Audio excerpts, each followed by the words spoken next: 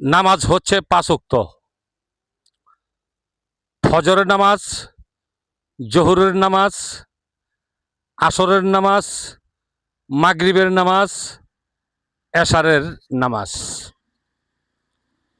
হ্যাঁ, এখন ফজরের নামাজের 2 রাকাত ফরজ, জোহরের নামাজের 4 রাকাত ফরজ, আসরের নামাজ 4 রাকাত ফরজ, মাগরিবের নামাজ 3 রাকাত ফরজ, এশারের নামাজ 4 রাকাত ফরজ। এখন আমার কথা হলো, এশারের নামাজ 4 রাকাত ফরজ, সব নামাজে 4 রাকাত 2 রাকাত ফরজ আছে, ফজরের নামাজ 2 রাকাত আছে ফরজ, তাহলে মাগরিবের 3 রাকাত ফরজকে, মাগরিবের 3 রাকাত ফরজকে এটা কেন হইল? আপনারা আমার কমেন্ট বক্সের মধ্যে এটার উত্তরটা চাই।